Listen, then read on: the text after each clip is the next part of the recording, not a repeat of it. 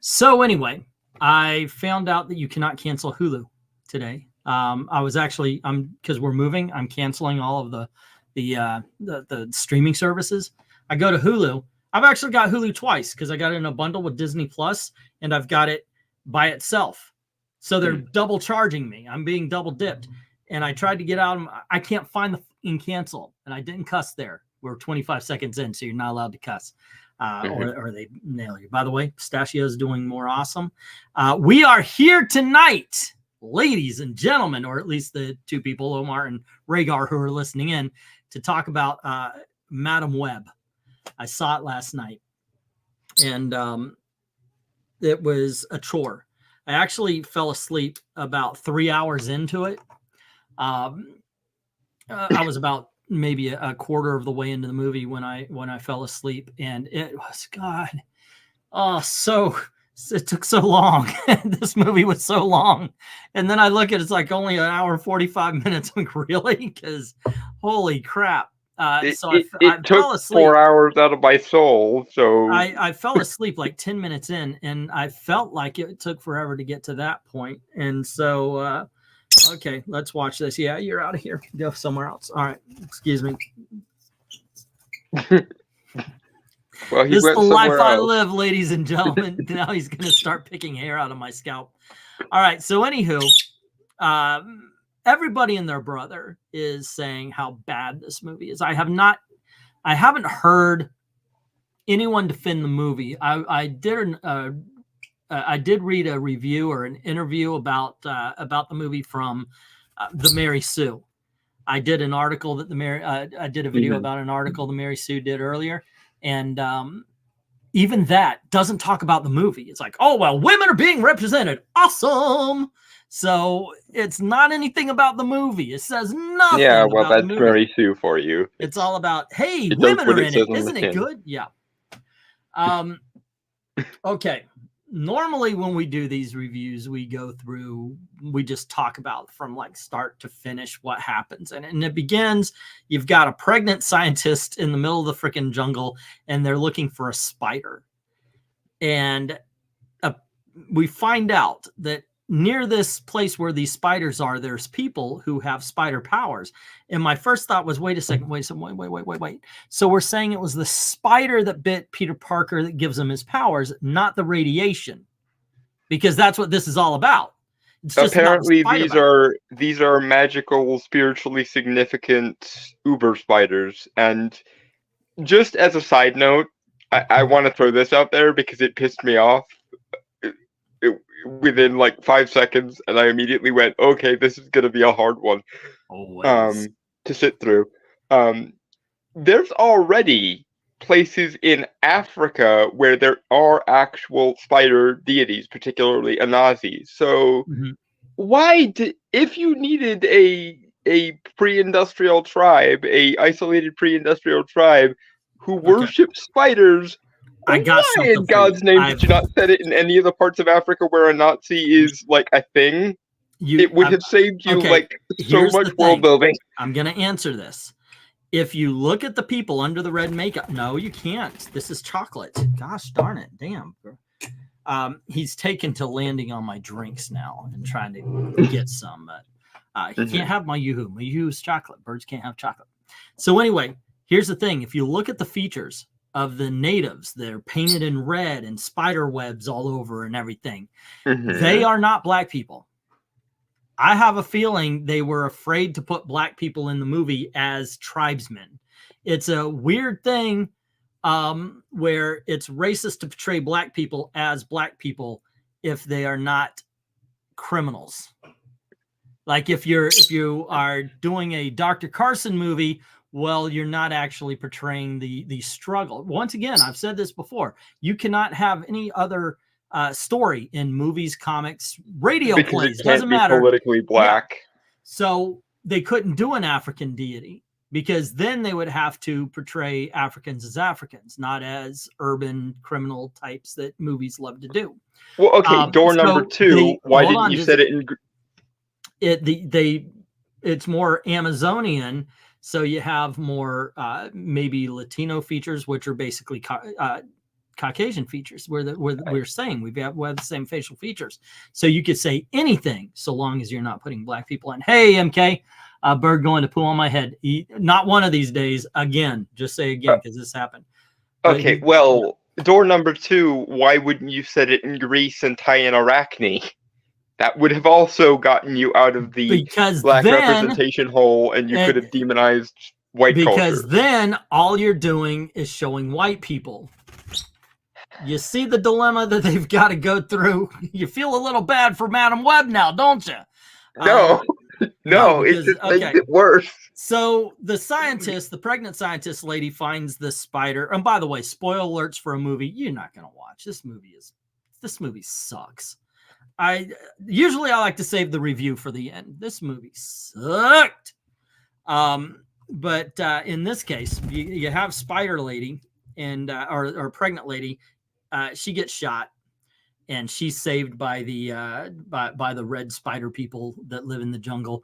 And cut to modern day where we see Dakota something or other. Her name is Anastasia Steele. She's the woman who played Anastasia Steele in the 50 Shades of Grey movie. Yeah, that's all she'll ever be known for. That and this. From here on in, I will tell you my review in the manner that she read every freaking line in there. Please don't. I can't go through it again. Okay, hold on. Ready for the Oscar? Okay, so I went to see the movie. And I was sitting down in the chair, and I thought, okay, well, it's a Spider-Man movie. And I thought maybe perhaps being a Spider-Man movie, it would be something of an entertainment. I mean, I like the characters. I really do. I think it would be very interesting to see any kind of Spider-Man or superhero movie. I'm a comic book collector. And that means that I am kind of almost predestined to enjoy at some level every superhero movie. But I sat down and I watched one unfolded, and I could not believe the lack of energy of anyone in this movie. There are scenes where she literally goes, "Oh my God, that's the problem. We have to run now." This woman did not show up to work. You want to talk about a paycheck performance. I'm showing more passion talking about how bad she was than she was during the entire film. And somebody paid her hundreds of $1,000s, if not $1 million. In Dakota Johnson's defense, there is no she hated working on this movie. Who cares? I'm sorry, no. You know what? Kerr, I'm serious, more than they did in Shades of Grey, because Gene Hackman did in Loose Cannons with Dan Aykroyd, and he was awesome. Seriously, I mentioned this before. Look at Tim Curry. Tim Curry was not always in the best freaking movies, but when did Tim Curry ever give a bad performance? So don't give me any of this, they didn't like work. No, Gene Hackman was in some crappy movies too. Find me a bad Gene Hackman performance. He was in Superman 4 and kicked ass. Let me finish. She immediately after seeing the trailer released for this movie fired her agent. So I'm willing to bet that 90% of this was her agent's fault. Well, I said on earlier today, and I'll say it again. I want to review Madame Webb again when they're done editing, because half of this movie is missing. All throughout, there's story beats and such where like, wait, what? Because it seems like there is just a lot of story, a lot of characterization missing. There's at least 3 movies worth of content that should be here that are not here because they hacked them all to the bone and stitched them together with about the same precision as a web. But ching. Yep. It is my goodness gracious. Okay, so we see Dakota Fanning. I don't know her name. Johnson. Dakota Fanning is actually a good actress and was at age 8. This one is not. This Dakota is not. And she's a paramedic with Ben Parker. Okay, we know him. Ooh, all right. Something to look. No. The only person acting in the entire goddamn movie. Yeah, he really is. And I'm sorry. She goes into the water. All of a sudden, she's got power. She's seeing the future, and she sees that these girls are going to get killed. All along, the bad guy, by the way, is seeing these 3 girls in his dreams, and they're all killing him. And nobody says to this guy, because he's like, oh, we must go kill them now before they kill me. And I'm thinking, wait a second, dumbass, you're nowhere near them. There's no way for them to interact with you unless you go interact with them. This is literally a dummy plot. A dummy plot is, and hold on, in order for a dummy plot to work, every character has to act like a dummy. Go on ahead. And they did, but that's neither here nor there. It's also the most obvious, like, predestination or self-fulfilling prophecy paradox in movie goddamn history. Now, because had he just gone about his day doing whatever evil machination shit he was gonna do, age the girls up. Okay, age the girls up. They are now working for him. You don't start them in high school like they did. You age them up and you put them somewhere in his lab. Okay. Now they have a reason to interact with him. They had no reason. He had to literally go search for them in order for them to interact, because otherwise they were in different hemispheres. Not literally, but the point is they did not have interacting lives. They had no idea who he was or why he even existed. But the only motivation for the bad guy is they're gonna kill me one day. Therefore, I must kill them. Ha ha ha. Yeah, okay, King Acrisius. Try not meddling in your own destiny, and maybe you'll get out of it. So he goes off to kill these girls, obviously making them know about him. Why? Why? Why, little birdie? I don't know. Why? So that's the worst. Because self-fulfilling prophecy. Oh my gosh, they're gonna kill me. I better go to them. They don't know you. Yeah. Or better yet, bribe them. Bribe them with all that money that you apparently have now. This was the thing that got me right at the very beginning of the movie. I was like, wait a second, this movie sucks just based on that. As soon as they did that, this movie's done, because the motivation for him to go after them is stupid, because him going after them is what's going to cause why he's going after them. Well, you forgot something in the beginning that ultimately made sure we were aware he was an idiot from the get-go, which is that he was the bodyguard who went with nondescript scientist Webb lady looking for the super spiders. And his first line, like literally almost word for word, is, I only agreed to be your bodyguard for this mission because you're looking for the mystical super spiders and I want powers, damn it. Yeah. So, and then by the way, and then like she finds the spider, and instead of going, well, that's the only one in existence, he says that. I mean, because it's not like, oh wow, did you find one? I want to go back and get one for myself. I've always wanted one of these spiders. Come here. Okay, there you go. Now be quiet. He thinks I'm yelling at him because I'm excited. But the thing is that was one of the other problems. Okay, he wants one of the spiders. Why shoot her? There's not just one. Go get it. You saw where she came from. How? Become business partners, goddammit. Thank you. It's not like an infinite supply of money is inexhaustible or something. Like that's the only spider that'll ever exist. Yeah, blam, blam, blam, blam. Entire web full of the bunch of them just descends down in the same shot. It kills me because supposedly these movies are written by professional script writers. This is thoughts that I had in my head immediately. It's like, wait a second. Okay, you're gonna have to leave. You cannot do that this close to the mic. Okay? All right? Love you. You're a cute birdie. But you gotta go.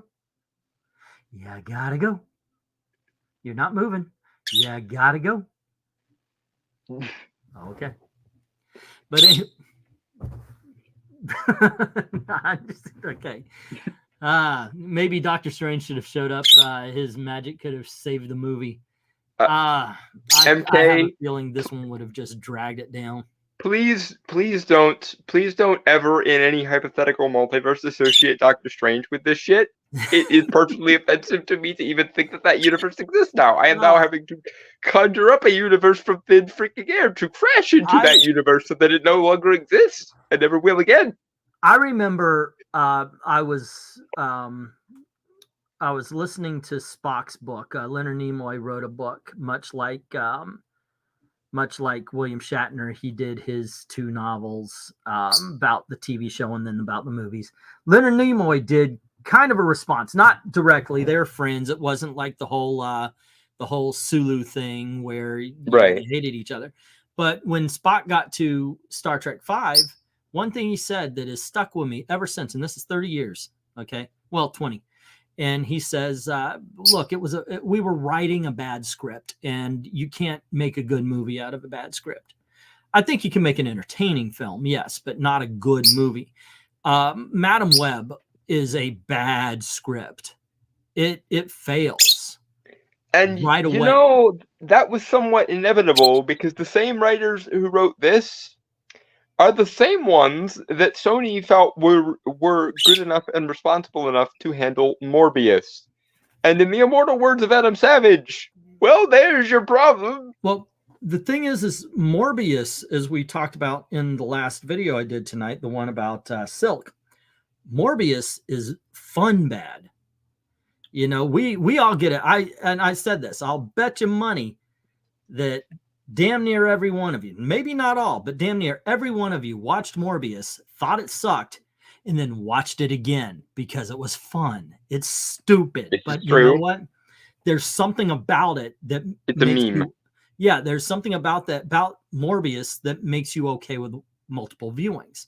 Madame Webb, I'm going to go out on a limb here. I'm going to say, if you happen to be unfortunate enough to watch it once, that will be all for you.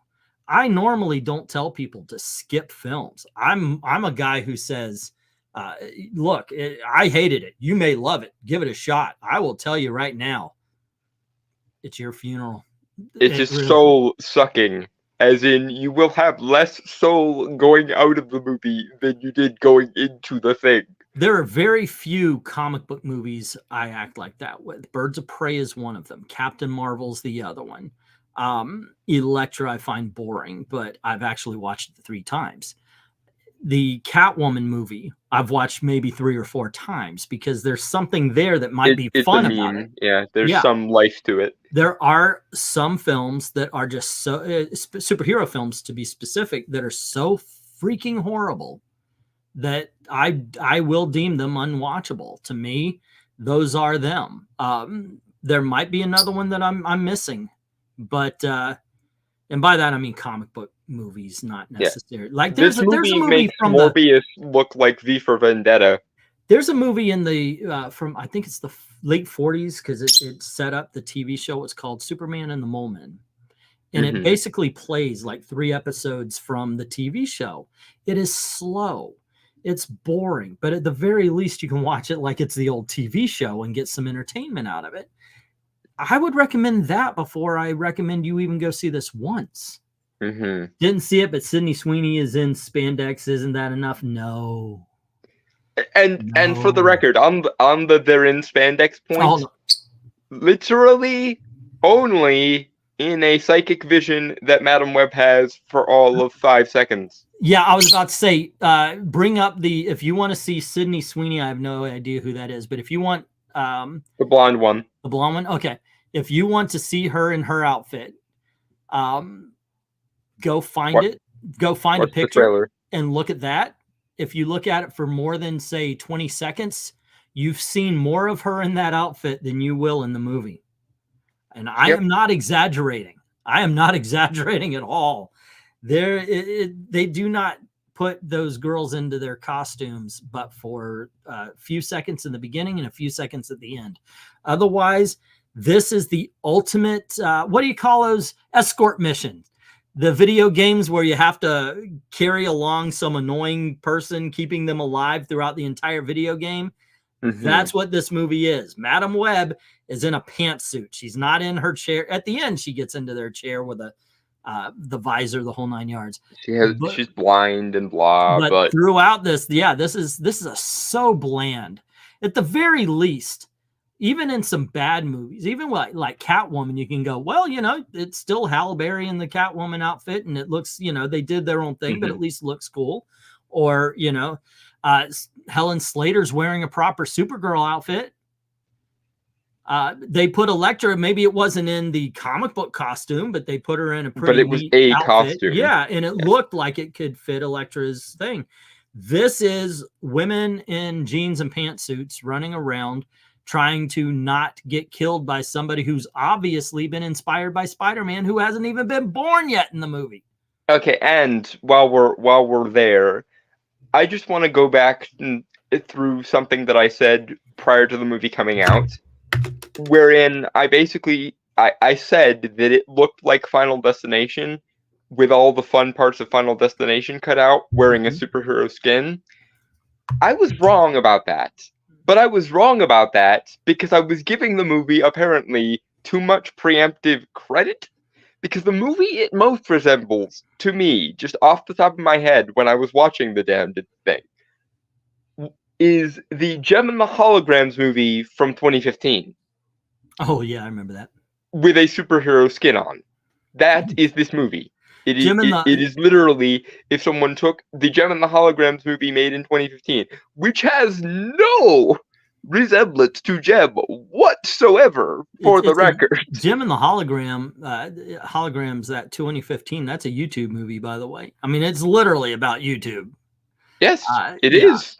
And this movie is that in that same vein, but with a vaguely superhero themed skin over the top of it. I'm trying to think. Okay, we've been talking about this movie for 20 minutes. Omar is pointing out that Dakota Johnson is Don Johnson and Melanie Griffith's kid, and her grandmother is Tippi Hedren, her ex. I guess, did they ever get married, Antonio Banderas and Melanie Griffith?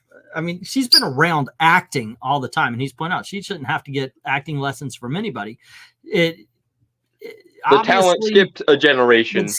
Yeah, I was about to say the same thing. It skipped this generation because it ain't there. You know what? She did a movie, something about something at the Go-Go. It was one of those almost Tarantino-esque films, and she was okay in that. But good Lord, there's just.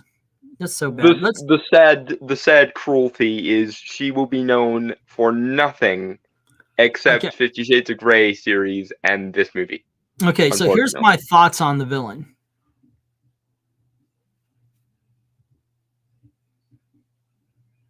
And that's it. Like I said, his entire motivation is stupid. His power, they don't even, okay, he can crawl. He's got super strength and he can jump. And that's basically what he does there. He leaps a lot. I didn't mind the future powers. I thought that they could have handled better because they do a lot of, let's show you the scene. Now we're going to show it to you where they escape. You know, like the first scene is always them getting hurt. And then they show, there was one scene where I thought they did it better. And they're running away from a warehouse that they set on. It's like a fireworks warehouse and they set it on fire. And throughout the them running away, you have Dakota Johnson putting up blocks, moving people aside. And I thought that finally we're getting to see I see the future power person doing things proper. But throughout most of it, they did a scene, repeat, scene, repeat, scene, repeat. And I'm like, well, this is going to get tired fast. And it's tiresome. All right. It just, there was no excitement until the very end when they realized, wait a second, if we do it like this, then it's better.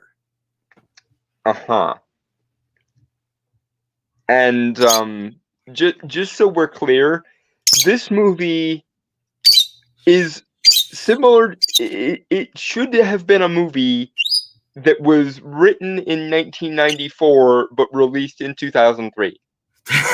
Because there is absolutely no way else that this movie should exist. Yeah, no way else that this movie should be a thing. And yet here it is being a thing in 2024. Yep, that's the only positive thing I have to say about this movie. There really is not a lot of I'm the Paula. For those of you who remember American Idol, when Paula was, I'm the Paula. I'm the person that's like, oh, hey, this is positive, kids. And I'm sitting here talking about, no, I'm not. He jokingly said it was good off screen, and I almost literally was trying to figure out a way to strangle him. Yeah, there is just nothing good about this movie except for, well, like I said, okay, they came up with a way to make the future thing good. But That is it. That is all. Did you notice there's no sequel bait at the end? Because this movie will get a sequel shortly after hell becomes a frozen tundra. Like, I thought that was not kind just of funny. freezes over, but becomes an actual frozen tundra. Sequel bait in it. But there you go. That's my take on it. We've been. Oh, sorry to scare you there, bub. We've been talking about it for 25. Do you have anything to add to this? Because I can't see anything to talk about beyond. Guys, this movie sucked. I have one rant in me. Okay. And then we can call it. Okay. This movie is an absolute confirmation that when Avi Arad and Amy Pascal are left to their own devices without a creative person to buttress them, be it a Sam Raimi, be it a Phil Lord and Chris Miller, be it even a Kevin Feige, they do not, under any circumstance, believe that the superhero genre was ever worthy of respect or that it ever emerged out of the year 2003 at the latest. It is insufferably bad, and between this, Morbius, and the fact that Kraven looks the exact fucking same, it has confirmed to me that much like Fox before them, Sony, in the absence of a better creative to buttress their worst tendencies, cannot make a movie in the superhero genre that respects the superhero genre or believes that it should be anything but a skin suit over top of basic ass sci-fi. And I hate it. I hated it in 2003. I hate it even more now. Can we please stop this? Can we please stop acting like the Nolan Batman movies and the MCU and everything else, and even the DCEU, never existed, and that the superhero genre does not deserve respect or like an attempt to make it actually a thing? So, sell Spider-Man back. No. Okay, make better movies, I'll call for. But I have been against this whole thing about, the X-Men should go back to Marvel. The X-Men, no. I want superhero movies. I want good ones, but I want superhero movies. And if one studio has them, you're not going to get them. We were swimming because you had 3 or 4 studios that had rights to all sorts of stuff. You put them in one studio, and then all of a sudden that one studio is making all of them, and they're going to have a schedule, and they're not going to be able to put out as many as we've got. And here's the thing about everything. This is one, I've said this so many times. There are not that many superhero movies coming out. When you look at how many horror films come out, how many action films come out, how many adventure movies, how many everything, there are a ton. Usually there's 5, maybe 6 superhero movies a year. That's it. It's just the advertisement is taken up by them. 8 at the utmost. 8 at the utmost, yeah. And there's far more horror films. There's far more slasher. There's far more ghost stories or anything. And it's all in the same freaking genres. But if one studio has everything, then that one studio is going to control all of the output. And look, DC, Warner Brothers, they don't think they have a good thing in Batman and Superman, or anybody but Batman and Superman. Of course, us being the when will they learn? But us being the buyers have shown them basically that they're right. But and I mean, Fox and Sony though have a similar problem. Like, Fox wouldn't have made any decent movies past the year 2006 if it weren't for Ryan Reynolds forcing their hand into making Deadpool, and then them realizing, oh wait, you mean we can actually be experimental with this stuff? There's 2 words really that messed up Fox, and that's David and Goyer. They just trusted him far too much. David Goyer for Fox is like Zack Snyder for DC. He hates the genre, and yet he keeps getting hired basically to do only the genre, and I don't understand it. I know there's a bunch of people that bring back the Snyder cut. Look, I love JLA, but Snyder is not all that great. He's a good visual, but he ain't a good writer, and he insists on writing. He needs to be a visual technician or something, because he's really good at visuals, absolutely shit at everything else. Yeah, the writing sucks though, and what's that shitty film that came out last year, the sci-fi Star Wars ripoff? What was that? Rebel Moon. Rebel Moon. Yeah, God, that sucked bad. I would actually rather watch Madame Webb than I would Rebel Moon, because at least Madame Webb came in at a brisk 19 hours. Rebel Moon was a day. I disagree with you only slightly, because I do think slowly, but when Zack Snyder is left to do his own IP and his own little pocket, he can do half decent stuff. Like his Vegas zombie movie there also was okay in my opinion. Yeah, okay. I did like the Thief one that came after, though. That was good. That was good. Anyway, there you go, gang. I'm sure we didn't say too much that other people aren't saying. This movie sucked. Very bad. It's stuck in a freaking time loop of it really is. It still be in 2003, and I hate it because it shows such a disrespect for comic books as a medium and the superhero genre as a genre. Like, I hate it so much. So MK is saying, MK is saying, I'll take Rebel Moon because we don't have the full movie yet. I don't think you got the full movie of Madame Webb either. No, but I don't want the full movie with Madame Webb either. Like, yeah, no, would more of it be better? Like, would it be a Daredevil situation, you know, where they put the new scenes, or Batman, Superman, where they put the deleted scenes into it, and all of a sudden it was a different movie and it was actually worth it? I don't think so. I think it would. I think it would be an hour. I think it would be an hour longer and would just barely equalize out to Morbius level. Yeah, Morbius is fun. Venom and the Venom sequel was okay. It was entertaining. Like Madame Webb, nothing. Yeah, Venom and its sequel though have the same problem, but the difference is Venom and its sequel, to at least some degree, kind of got you the positive aspects of movies of superhero movies from 2003. With Morbius and with Madame Webb, and most likely with Kraven, I'm calling it now, it's just it just does nothing but emphasize the whole reason why we needed the MCU, the DCEU, and Nolan's Batman movies to reinvigorate the genre for the genre's own sake. You know what? Okay, I'm not going to close up here. There's a question on board, and I think we should ask it. We should answer it. Let's see. Sony, we had Daredevil, right?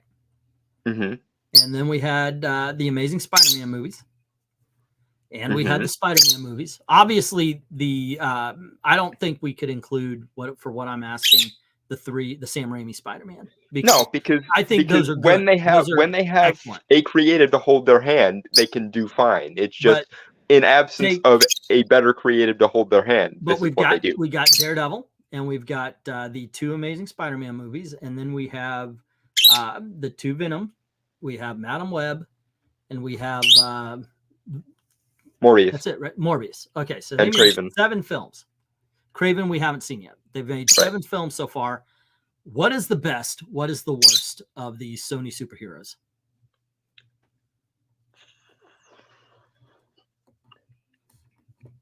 Probably. No, you went into deep. I really like Andrew Garfield, but it's not his fault that those movies were bad. It's the fact that they were produced like they were freaking Degrassi episodes that made them bad. So I'm going to say. Oh, and Elektra also was Sony, so it's maybe it's a toss up between Venom 1 and Venom 2 for me. For being the best. I think Venom 2 was more fun, but Venom 1 was more coherent, so that's why it's a toss up. Okay. I think Daredevil. I think they topped out at the beginning. I love Daredevil, but of course the director's cut is the version I watch now. I like Venom and Venom 2. I'm not against them. I really do enjoy The Amazing Spider-Man. That's probably my second place. The Amazing Spider-Man 2 is probably around the same spot I'd put Morbius in. So, because to me, it would be like Daredevil, The Amazing Spider-Man, probably Venom, and Venom 2, and then but the absolute worst. Sorry, guys. I know you love it, but Madame Webb.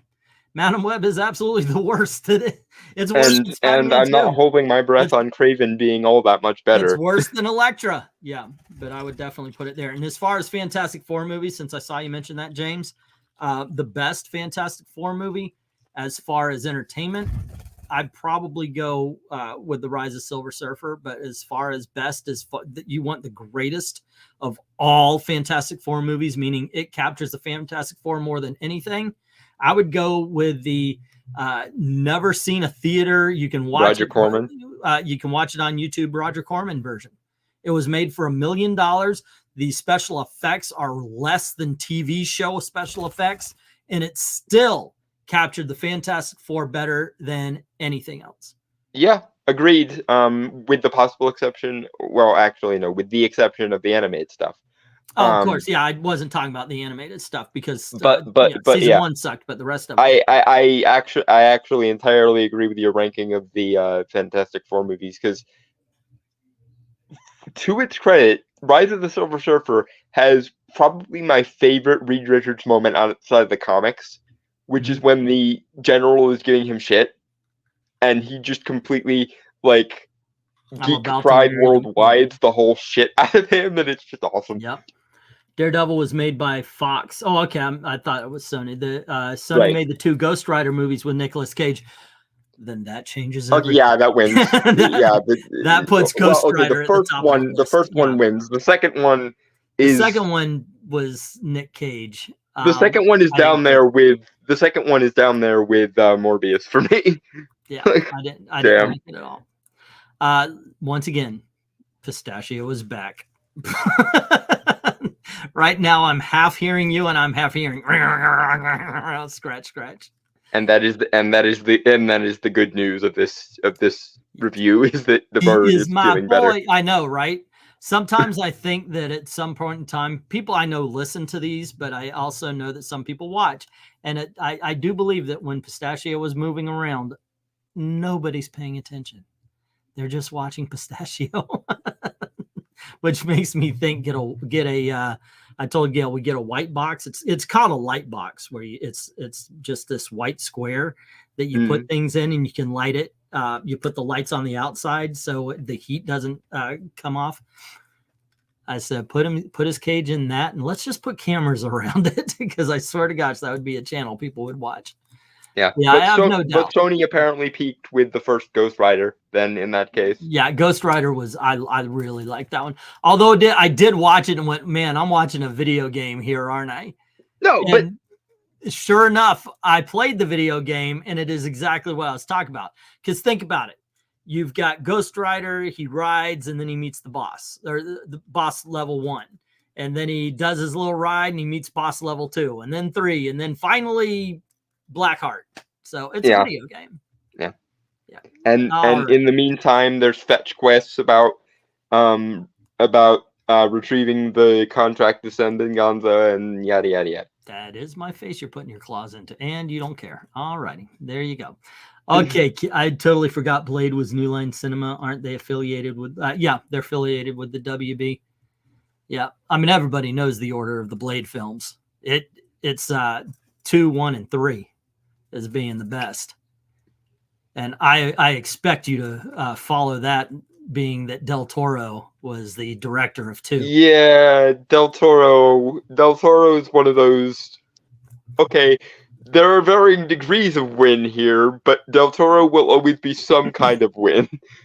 Yeah, but that's how I'd rank the Blade. You know, we should do that. Let's do a tier list where we're going through the franchises. Put them up against each other. Why not? Not the big ones, because if you do Marvel and DCU, you're talking about 20,000 movies. Yeah, it's quite a difficult understanding. But maybe all the I call them the beta test era movies, but that's just my word for them. Everything from like 99 through 2008 or so. Yeah.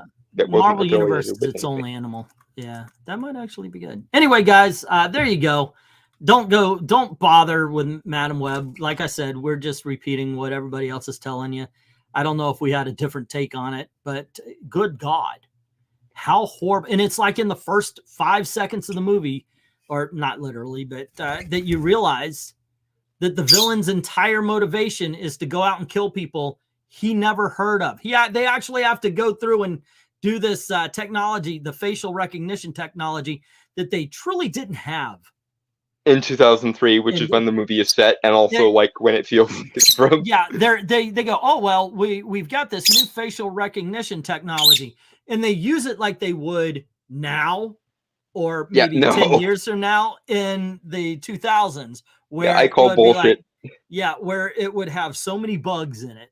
But his whole motivation is to go kill people. They have no idea he exists. And had he just not meddled, he could have avoided the whole fiasco. Oy vey. What a dumbass. What a dumbass script. Go yell at Sony and tell them it's no longer 2003. Would you do that for me, please? All right. Thank you very much. Pictures with the It's 2024, not 2003. Mondays we do whatever. We talk about whatever. Tuesday, maybe we should do the tier list on Tuesday before the game. Yeah, Tuesday is also the Marvel RPG headed by Marania. Yep. Wednesday we might be out, me and Gail. I know Thursday we're talking about going to visit my mom, but before we move. But there you go. That's what's going on. Also keep an eye out for videos that come out every day. And thank you very, very much for watching, kids. Have a great time. Don't forget to do all the sharing and such. Have a good night. Cheers, guys.